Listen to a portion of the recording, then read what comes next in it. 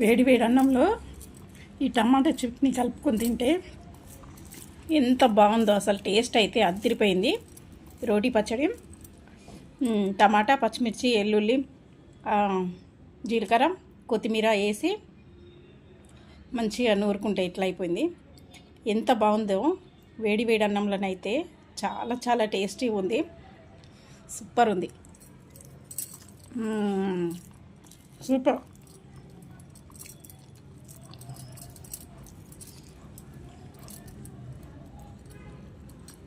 తింటుంటే ఇంకా తినాలనిపిస్తుంది, అంత బాగుంది.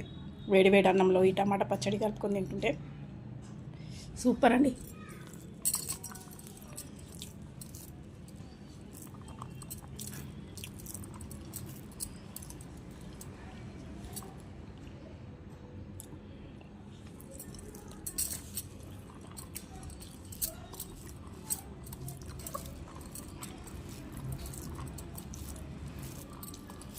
చూసారు కదా, నేనైతే ఫటాఫట్ లాగిస్తే తింటూనే ఉన్నా కంటిన్యూగా.